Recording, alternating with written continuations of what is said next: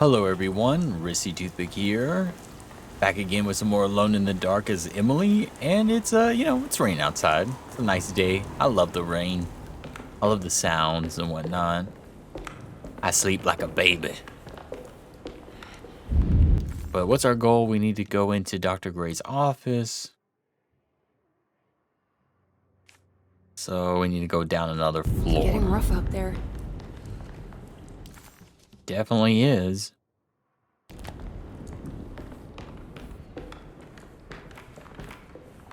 Kind of sounds like a hurricane. If we can just get rid of Jeremy, everything will go back to normal. That reminds me. I saw Miss Emily earlier. You remember her? You know she's Jeremy's niece. She's looking for him. That's right. She's helping us, in her own way. As long as she don't stand in the way of the mother of 1,000 young. I don't think she knows or cares about that. She just here for Jeremy. I've been more worried about that Detective Carmen fella. He been snooping around asking all kinds of questions. God, it hurts. I wish you would stop doing that. Gives me the heebie-jeebies.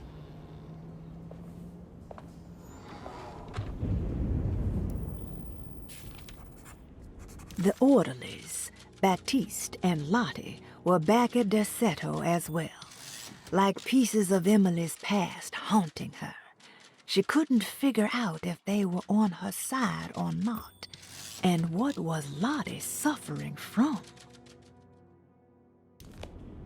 All questions that will be answered with time. Alright, looks like the containers haven't respawned, so we're good there. Yeah, the game is going to start blocking us out of certain areas to kind of force us to where we need to go. Oh. And the rot has gotten way worse thanks to the rain.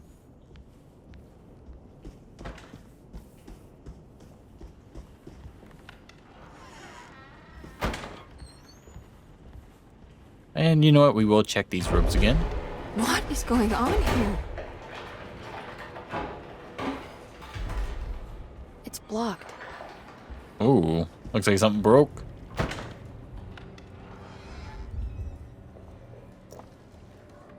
Oh yeah, I saw them shotgun shells. But yeah, make sure we don't really miss anything in here.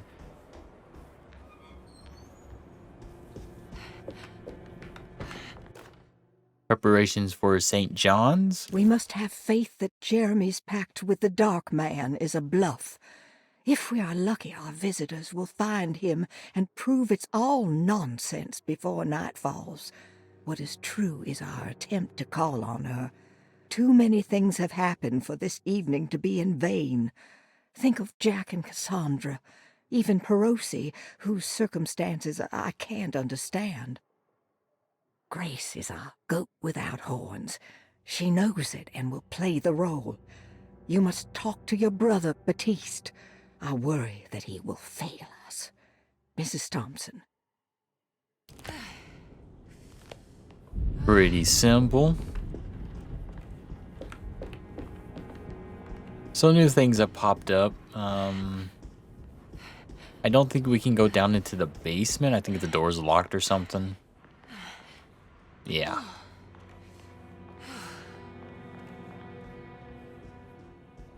And actually, I don't think we can go through here. I think it's blocked. It's blocked. Well, I don't want to run into the orderlies right now. I should find another way. We'll deal with them like the others.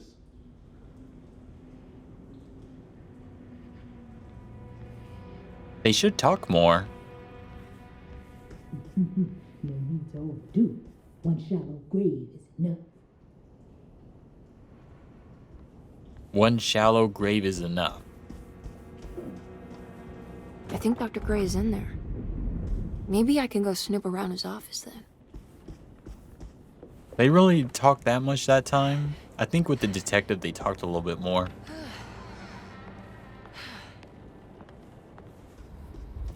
But of course, with everything changing, it's just important for us to move around. Lunacy and the Astarte Artist Colony. Lunacy and the Astarte Artist Colony, a monograph by Yael Klein. In early 1909, the old Derceto plantation outside of New Orleans was turned into an artist's colony. 3 famous European artists rented the house and the surrounding land from the owner, the Ledoux family. The colony was chiefly run by Sebastian Cortez, who was playfully dubbed the captain by his collaborators, William Arges and Heinrich Kassel. The colony existed for 6 years, until one day all 12 members disappeared without a trace. It is widely believed that their disappearance is connected to the disastrous hurricane that passed through on September 29, 1915, but nothing truly supports this claim. What is known is their frequent participation in New Orleans nightlife, their love for hosting parties, and their elaborate contributions to the Mardi Gras parades as the Pirates of Pontchartrain. Accounts of their lifestyle can be found in almost every gossip column. It can effectively be summed up as carefree and bohemian. In late June 1909, the name Astarte first appeared in the newspapers. Cortez said the name came to him as he was painting. There is never any claim to knowing about the ancient Phoenician fertility goddess with the same name before this time. His fellow colonist Heinrich Kassel did know, because he later produced sculptures that show clear references to ancient idols of the goddess. It's impossible to know for sure how this name suddenly made an appearance, but it is interesting because of Derceto's history. Yeah, very strange of all these fertility goddesses, and even more strange that they went missing because of a hurricane, especially when it's raining pretty heavily outside. Even the name Derceto is the Greek name of a Syrian fertility goddess. In the case of naming the plantation, Derceto was certainly not an accident. We know that Elijah Pickford intended to build a temple for his cult, for he had distributed pamphlets 2 years prior to the purchase of the land, advertising his intentions. His followers were estimated to be almost 100 men and women, mostly sailors, Maroons, and Cajuns, when the plantation was built. To outsiders, Derceto registered as an ordinary slave plantation, which enabled Pickford and his flock to remain hidden for decades. The official story is that the cult lasted until 1862, when the Union Army came and burned down the plantation and scattered all who lived there. Following the Civil War, new people started to congregate in the ruins of Derceto to invent a new fertility goddess, the Shub-Niggurath. As much as Derceto is a particular name to have heard of, it's not entirely uncommon among the learned. Astarte is equally known and could have been subconsciously chosen by well-read artists. Shub-Niggurath is, on the other hand, very uncommon. Almost impossible that anyone in Louisiana would have heard that name. The name is referenced only in rare books like Unaussprechlichen Kulten and the Necronomicon, and is believed to be a bastardization of Arabic words meaning pertaining to the dark young. The few paragraphs printed on the goddess are so upsetting that no one in their right mind would want to build a religion resting on such qualities. The Shub-Niggurath cult was hard to get rid of, but it is believed that despite the police jailing and killing several cultists over the years, the main culprit in the cult's demise is the cult itself, which seems to line up with every instance of cult activity on Derceto's grounds. When Captain J.W. Norton of the Union Army arrived, he described the people at Derceto as malnourished and maniacal. As much as the army tried to save them, they fought back with fervor, as if nothing was going to stop them from slowly destroying themselves. While the disappearance of the Astarte artist colony remains a mystery, the recurring motif seems to suggest that their fate involved lunacy and a hunger for self-sacrifice to that fertility goddess with 1,000 names. Very interesting.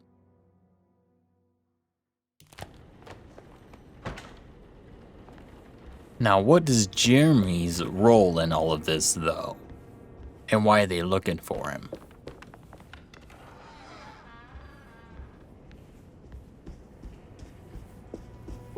doesn't know Edward is back in his heart. She trusts me. I followed her. It's a little difficult to hear him in there.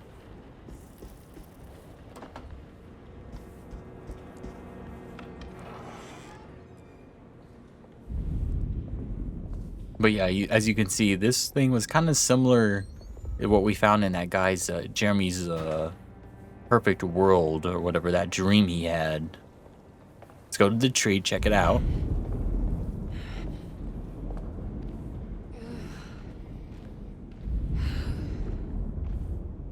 I find that so cool, though.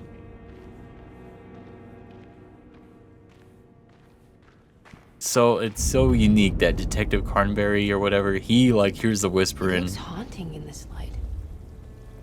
And then when she comes around here, it's like, nope. Nothing strange. I like that because if you play as her, you would not know, you know, where the problems align.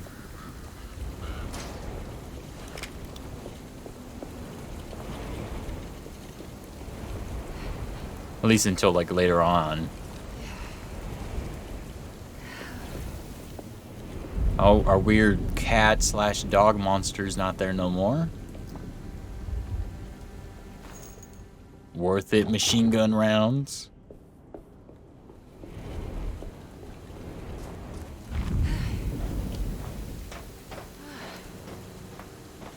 Now we know why we couldn't go in there. Someone prevented us from going through. We don't know who, but somebody wanted us to have to go all the way around, or at least they wanted to prevent us from coming in. Oh, and then the ladder has fallen. But we find ourselves back in the main hall.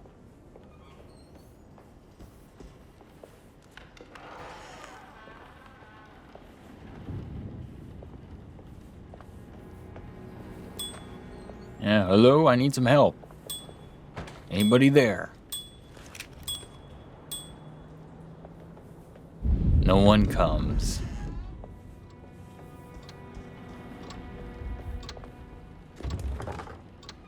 Barricaded from the other side. I was too slow. Now this puzzle coming up can be confusing. Mr. Waits must have had a spare key to Dr. Gray's office, but where?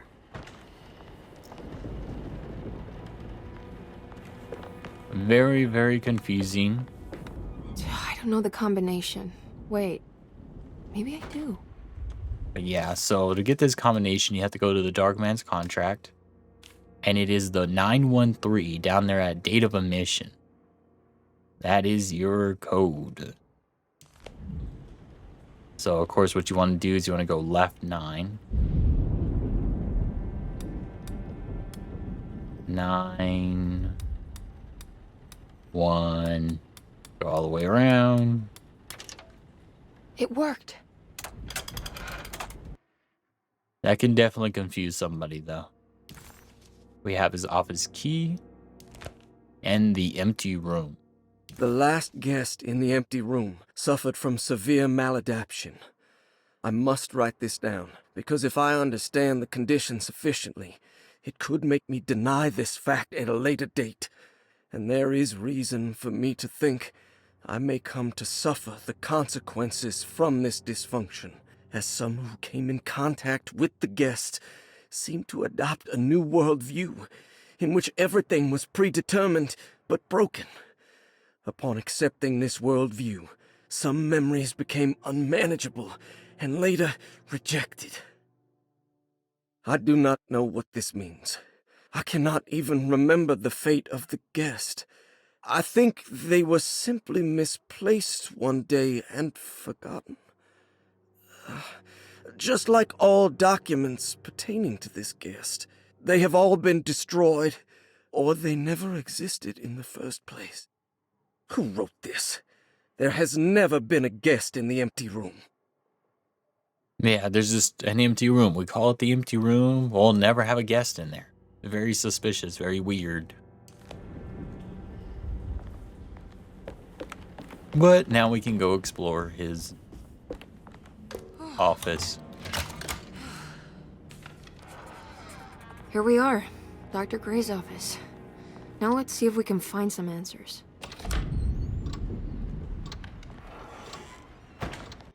Emily felt lost as she entered the office of Dr. Gray, much like she had the last time she was here.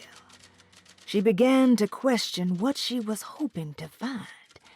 She was simply going on a hunch that Dr. Gray was somehow tied up in this contract with the Dark Man.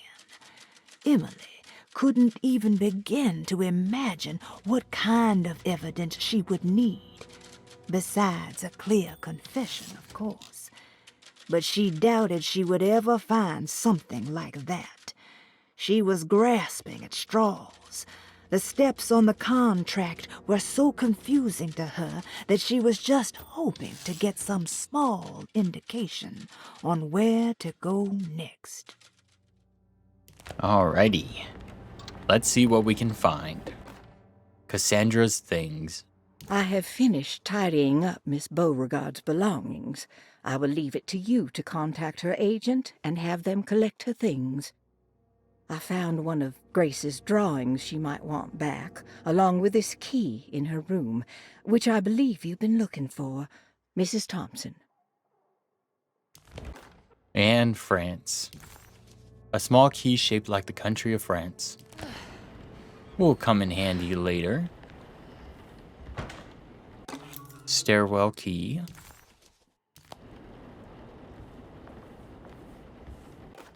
And Jeremy's treatment. Dearest Dr. Manzetti, I find myself in a losing battle with my patient. As I've disclosed in my previous letter, his delusions have him completely captured.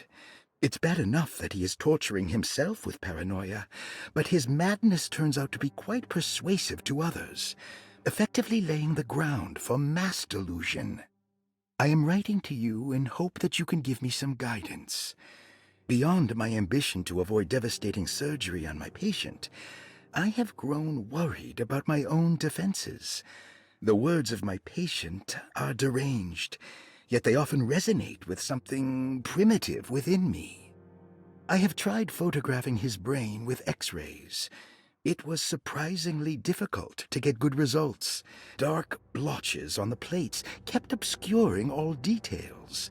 My patient looked at the bad plates and cried out in terror, telling me the dark areas was the shadow of the worm, eating him from inside.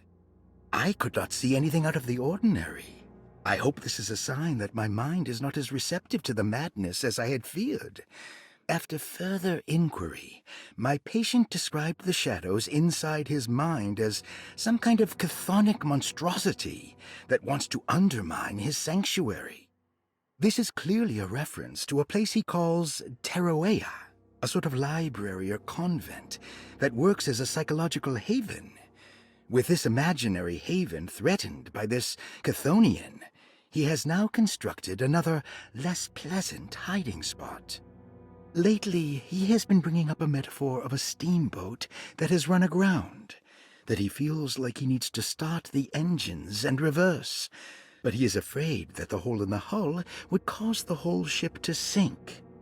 I've been watching him turn this metaphor into reality for the last week. He knows it's made up, but he is doubling down, trying to make it a real memory. I feel certain that this is my chance to break through the barriers of his self-deceit. And a little bit of foreshadow of what we're going to be dealing with in the future. But alright, so it looks like we found everything we can in here.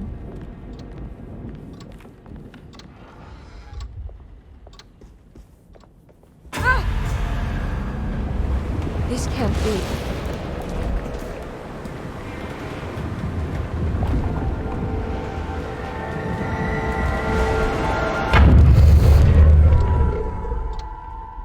And that, my friends, was the steamboat.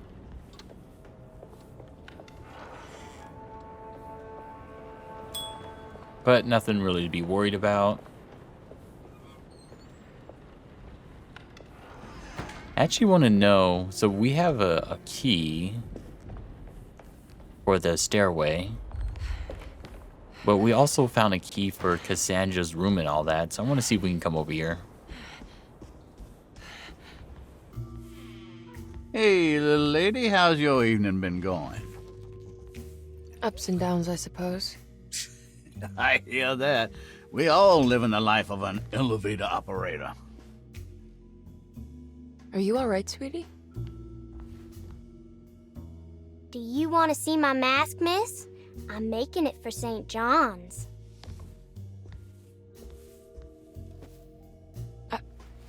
How did you... Is that supposed to be my... Ow! You should learn your place, little girl. Why are you acting this way? What did I ever do to you?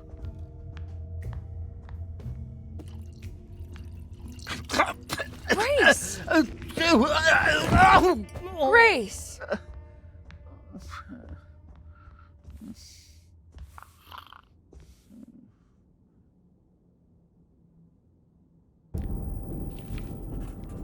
Somebody needs to smack that lady. The mask had reminded Emily of her father. It didn't seem like a chance connection, but a purposeful reference made by that child. How could Grace have known what he looked like, and that it would upset Emily so? And why would she use those words? Emily felt like it was beyond strange. It felt impossible. Did it even happen? Was she losing her mind? How does this little girl know so much? Alrighty, let's see what's in here, if anything new. The Jack-in-a-Box is back again. This time it will still give you the option to try to pick it up, but it'll be like you're full or something. Yeah, full of Jack-in-the-Boxes. He's pretty much dead on the floor drunk. First floor hall key. I'll just borrow these. That's right, thank you. At least he's breathing. I'll just let him sleep it off. Yep, it's probably the smart thing to do. There's something missing. The friends piece goes there, but there's nothing in the thing.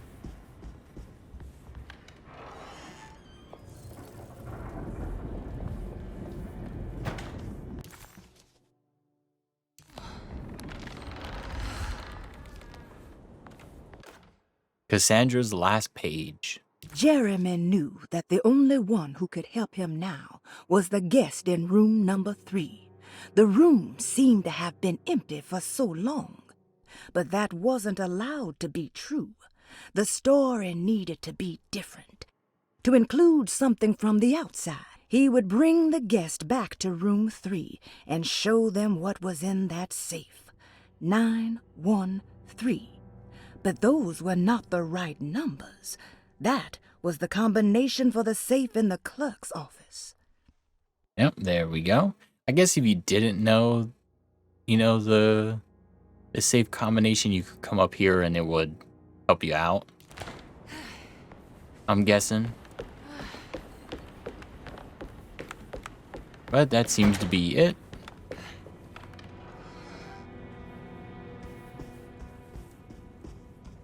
Time for us to skedaddle. We have the first hall key, which allows us to go to the empty room and all that. I mean, I guess since we're here, we might as well go explore it.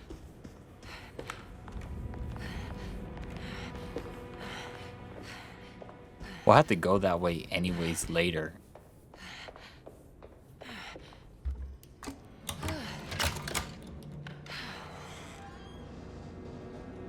Please, no.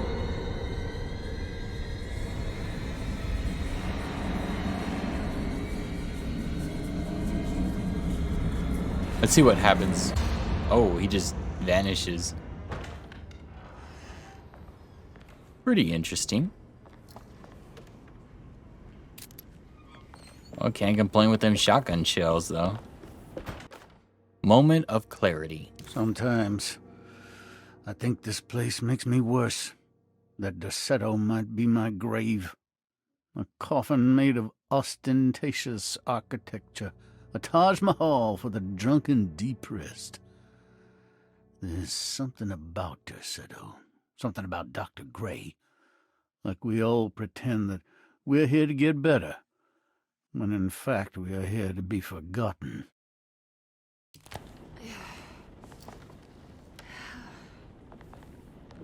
Oh, he's got his own little medicine.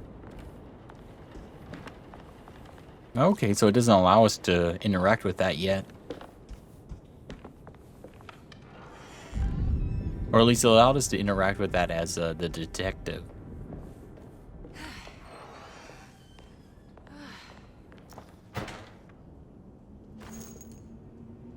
Ruth, are you there? No, of course not. Ruth's missing. She's sneaking about. War photo. Okay, so this was not here when we played as the doctor or the detective. Dine with dignity.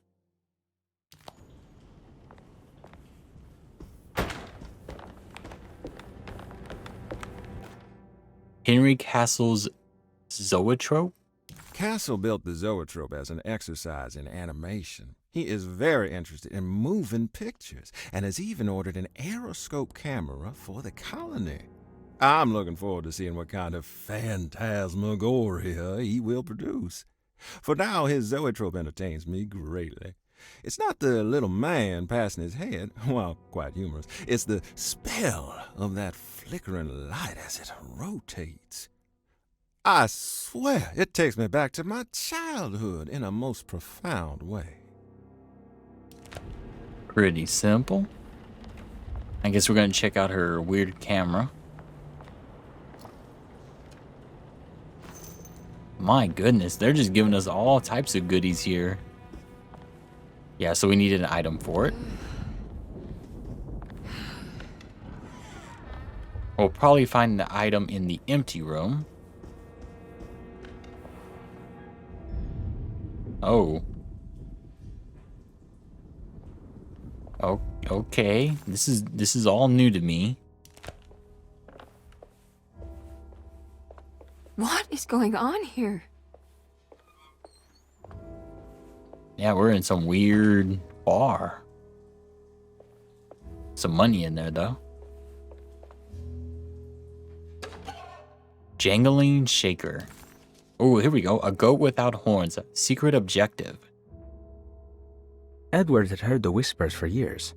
When he lived in Brooklyn, it was only on rare occasions, like when he as a child climbed that tall tree in Central Park, or when he almost drowned in the Hudson River, trying to save his despaired mother. The whispers became more common as he moved to New Orleans, but still rare enough to be ignored. Now as he walks the halls of Derceto, he knows what is calling him.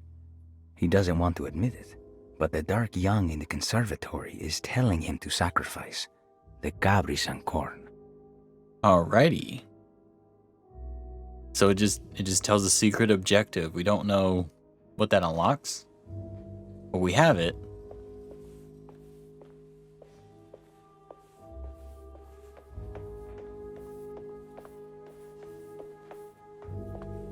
See what's up here? The piano. We did learn that she can play.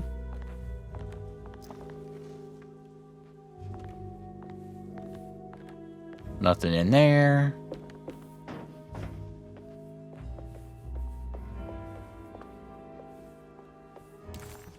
And the door that will take us back.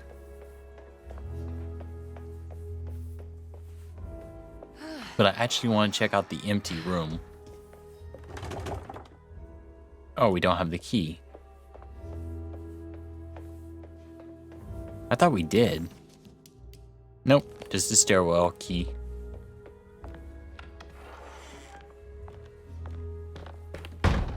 That's pretty neat, though.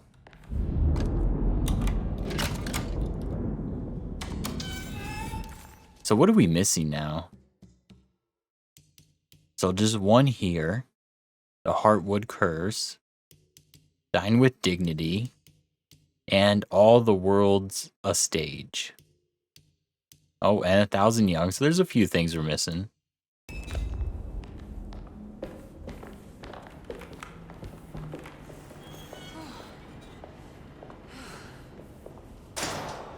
Alrighty, and there's a suspicious red door that we can go through, but we're going to do that in the next episode. So make sure to like, comment, subscribe, check out the links below, and I'll see y'all again next time.